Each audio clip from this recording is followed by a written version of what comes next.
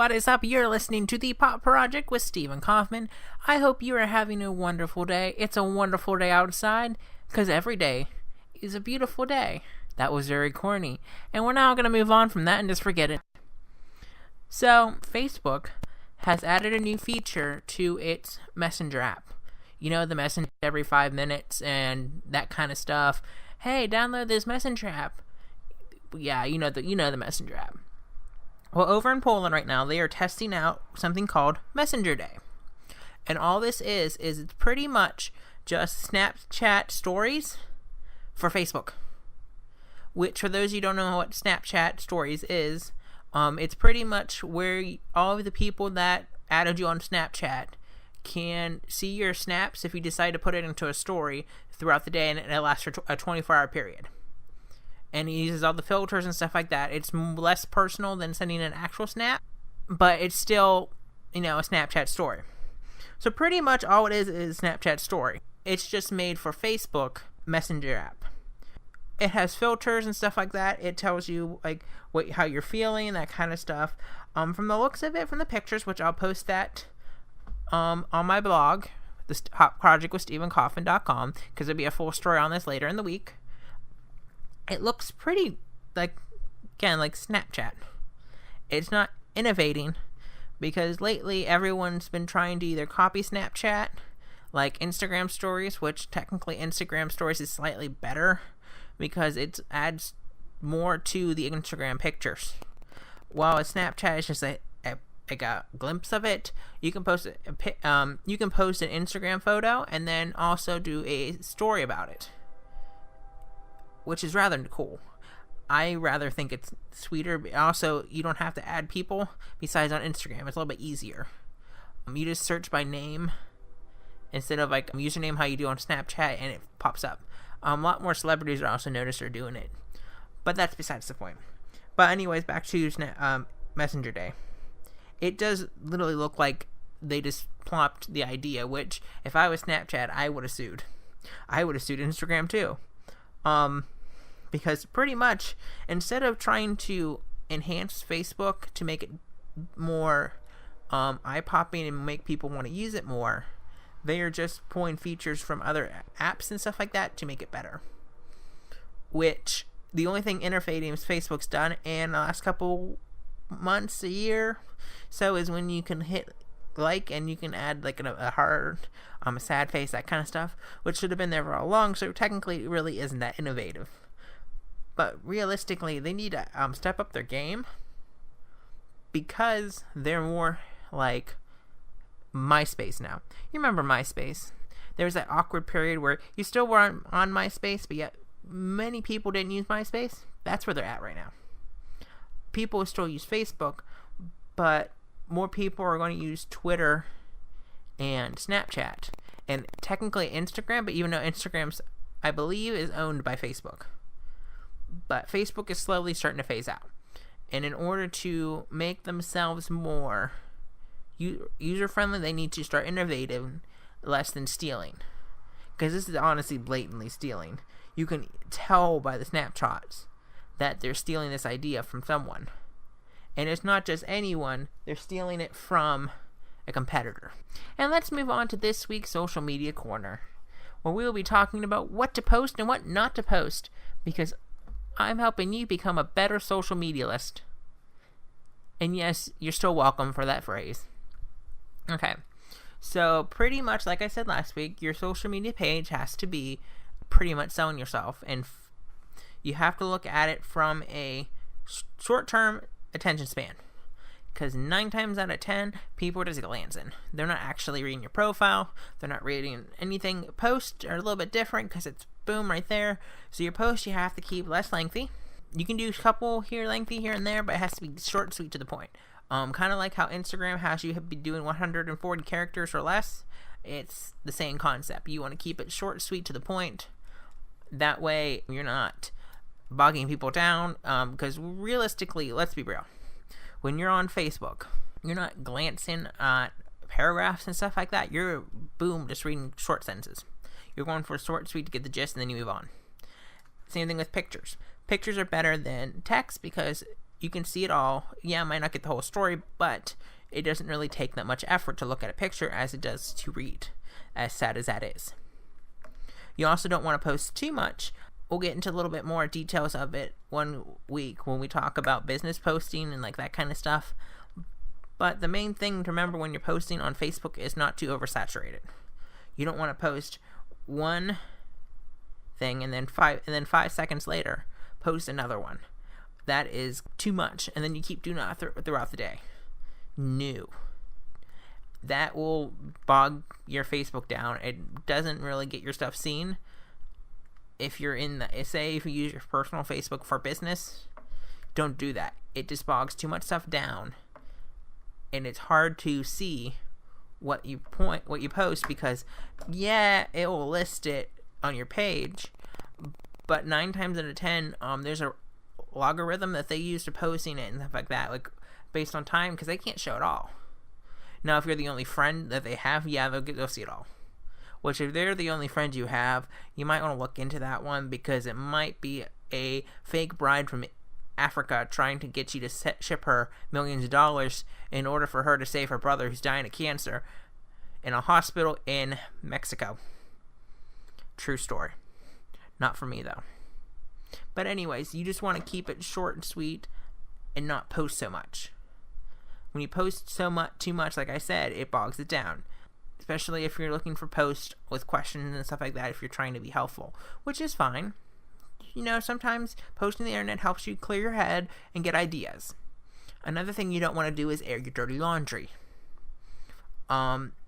Many times I see people calling other people out, not naming names. You might as well name names if you're going to do it that way. And just kind of saying it. We're all guilty of it. I've done it a couple times. I've done it a couple times in a blog. But it's something we just need to stop doing, because it looks bad on us, and then also it causes drama. And that's why people don't go on Facebook, because of the drama and the stuff that started, like that kind of stuff. So you just don't want to air your dirty laundry on there, because that will just kill every bit of people wanting to do your Facebook, which gets back to the point and the age-old question: if you don't like what I'm posting, then don't be friends with me on there. But sometimes, though, it comes to the point where that only goes so far. Yeah, you really shouldn't be, if you don't like someone's Facebook post, you really shouldn't be following them, but at the same time, though, I'm following you because I like you and I want to keep up with your life. Now, moving on to the dating side of it, you don't want to come over desperate. If you're posting stuff and it's sad and depressing and constantly and boo-hoo, my life sucks stuff, then you really need to not post that, because that's not going to help you in the dating field, as sad as that is. We all creep on people's Facebooks now, especially if you're on a dating website. They're going to creep, because dating websites tend to have people link their social media up. That way the person can get a better view of what they're working with. That came off dirty in my head, which I've noticed is a common occurrence in this.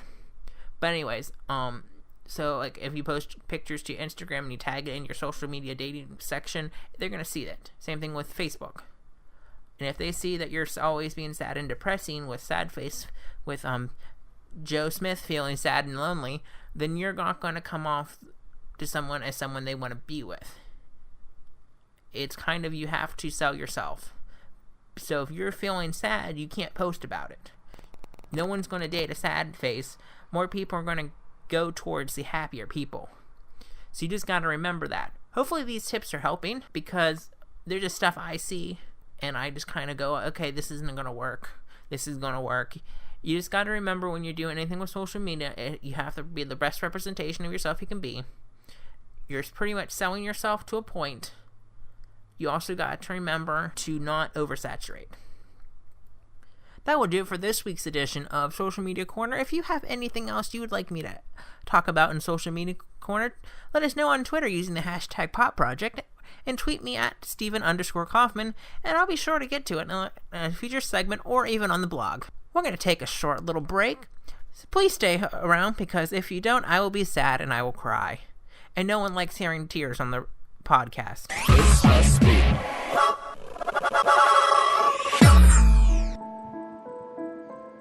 Did you know that 1 in 5 people wear leggings as pants? Leggings as pants. It's an epidemic that is taking the nation by storm and is forcing many pairs of jeans to go homeless. Homeless. Every time you choose to pick leggings over jeans, they begin to cry. Jeans have feelings too. Have you ever seen a pair of jeans cry? I haven't, because I chose to wear jeans instead of leggings. And it's not because of social standards. Men can wear leggings too. So the next time you think about picking comfortable leg wear, remember the pain you just caused those jeans. Don't do it. Don't wear leggings as pants.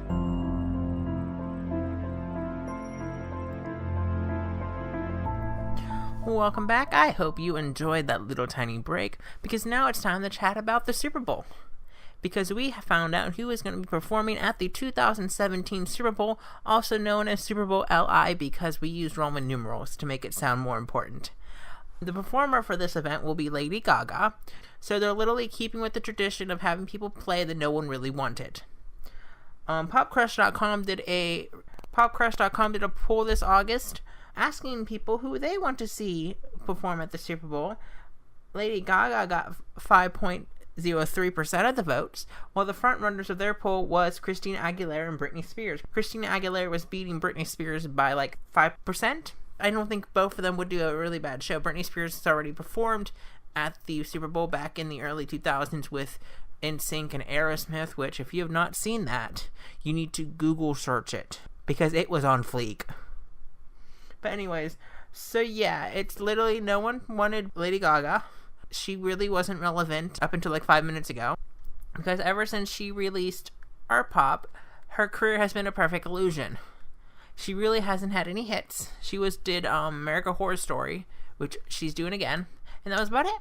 She also did an interview with Fox Sports stating that she has been preparing for the Super Bowl halftime show since she was 4, which raises the question, did she write all of her music at the age of 4? Which, I'll leave this into your head of a 4-year-old singing about a disco stick, and about how Alejandro needs to leave her alone, because he shouldn't call her name. And it's kind of going to be interesting to see what she does, because if it was Lady Gaga back in the days where she was dressing up outlandish, like the meat dress, the paparazzi performance at the VMAs, which killed it, by the way, then it would going to be an interesting show. It's just, what is she going to do? Is it all going to be like different eras? Is she going to bust out what songs she's going to do, what songs she's not going to do? She's releasing a new album coming up shortly, which she hopes keeps people off of their phones. But then how are we going to listen to the album? Because 9 times out of 10 we're listening to music on our phones now, so that's a little flaw in her plan, Lady Gaga.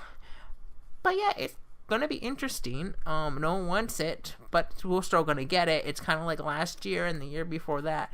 Okay, the Beyonce one kind of was wanted, but still, it's a tradition every year now that we're gonna get people that we don't want to play at the Super Bowl halftime. And they're just gonna be like, we don't care what you think. She also believes that it's going to bring people together, because music brings people together. That sounds like a song lyric from Madonna, because it is. And she's probably going to rip Madonna off in that thing like she has for most of her career. And on that shade, we are going to move on to the SNL debate. Last Saturday, SNL did a wonderful reenactment on their season premiere of the presidential debate. And from what I am hearing, because again, I did not watch it because I have better things to do, it is literally how it went across, which I find that fascinating, because they were joking and making fun of them. So if that was them making fun of them, that must have been golden.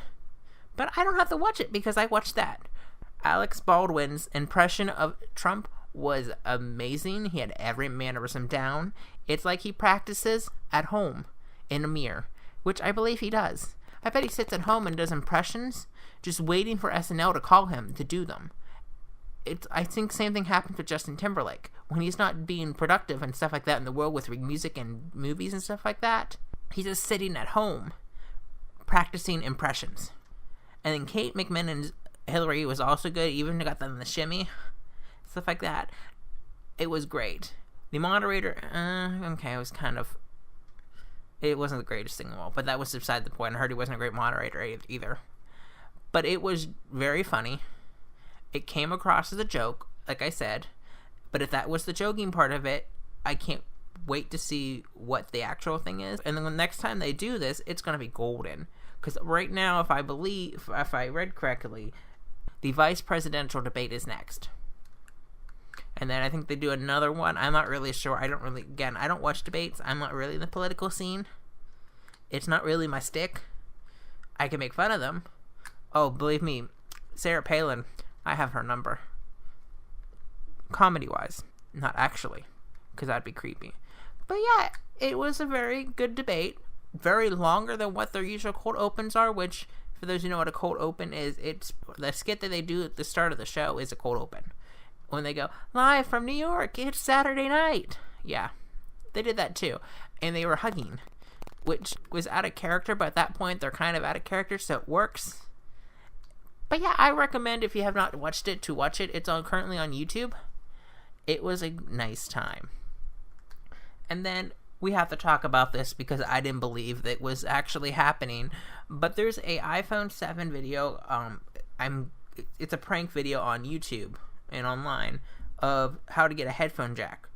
Because one of the most controversial things about the iPhone 7 and 7 Plus is there's no headphone jack. It's all the lightning cable slot and that kind of stuff.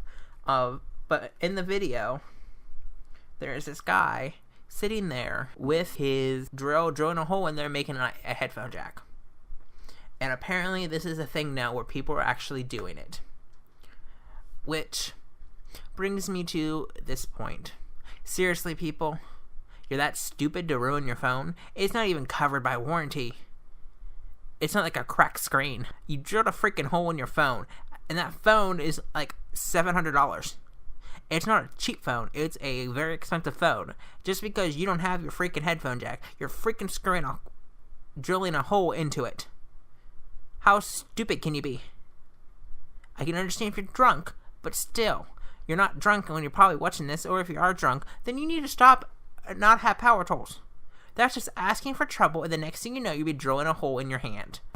It's happened. I have not seen it happen, thank God, but I know it happens.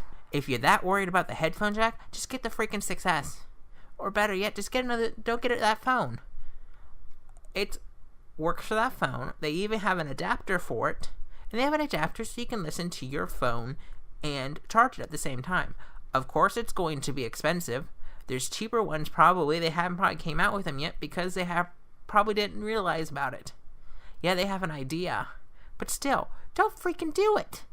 Are we that stupid as a society where we're drilling freaking holes in our phones to get a headphone jack because we're too lazy? If you have that big of a problem with the phone, again, don't get it. And on that stupidity, we're going to take another break. We'll be right back. Why, hello there. I bet you thought this would be a break from having to listen to my voice. Sorry to burst your bubble.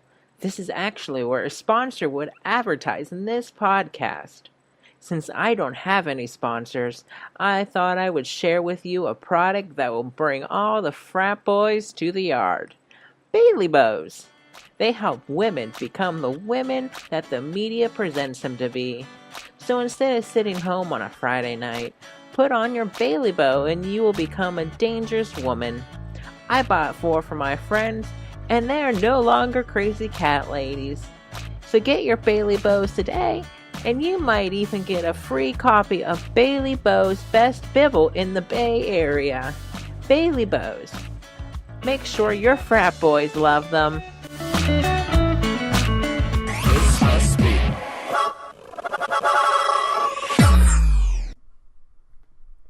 Welcome back, and now it's time to get to a little bit more of seasonal, because we're going to talk about why October sucks, because it does.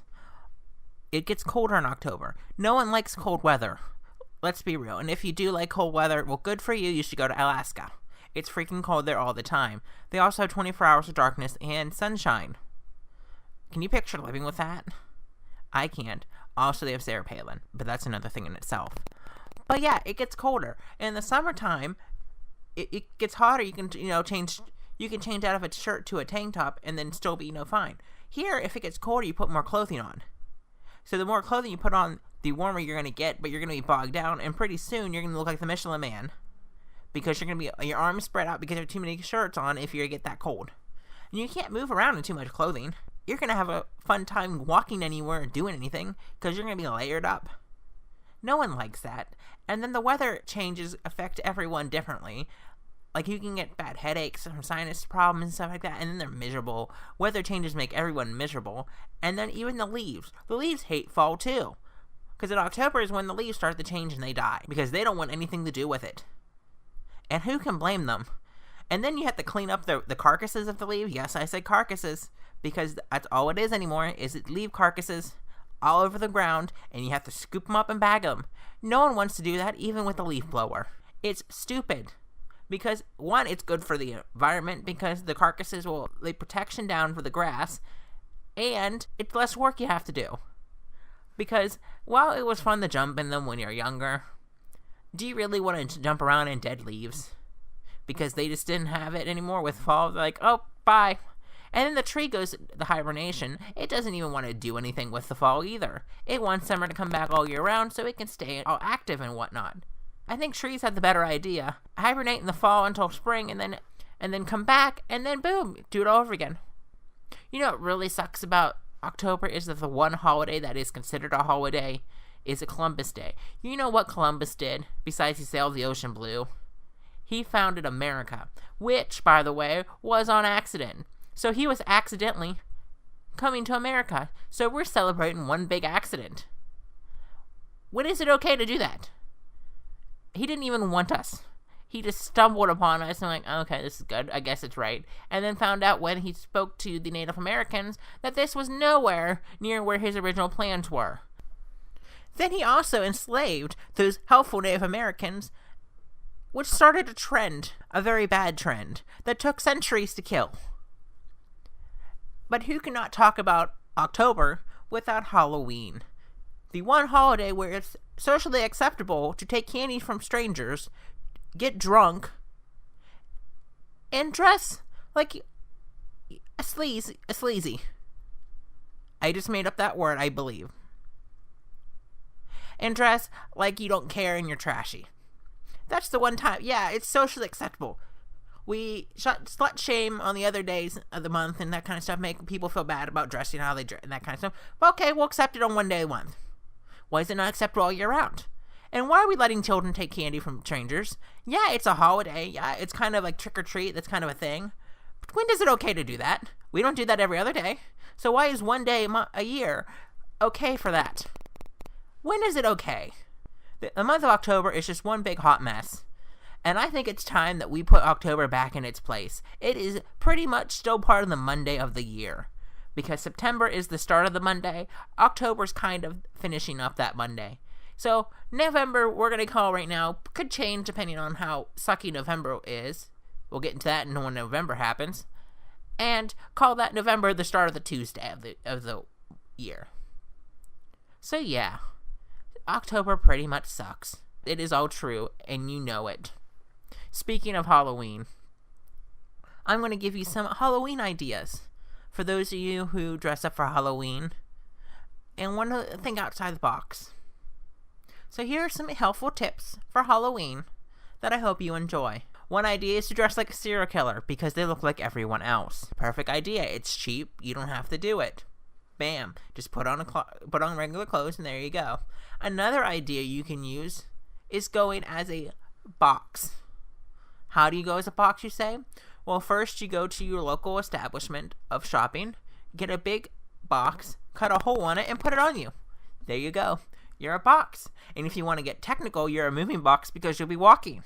Another idea that you could do is you could go as you. But it doesn't have to be exactly you. It can be an outlandish version of you. So you could go as you as a crazy person.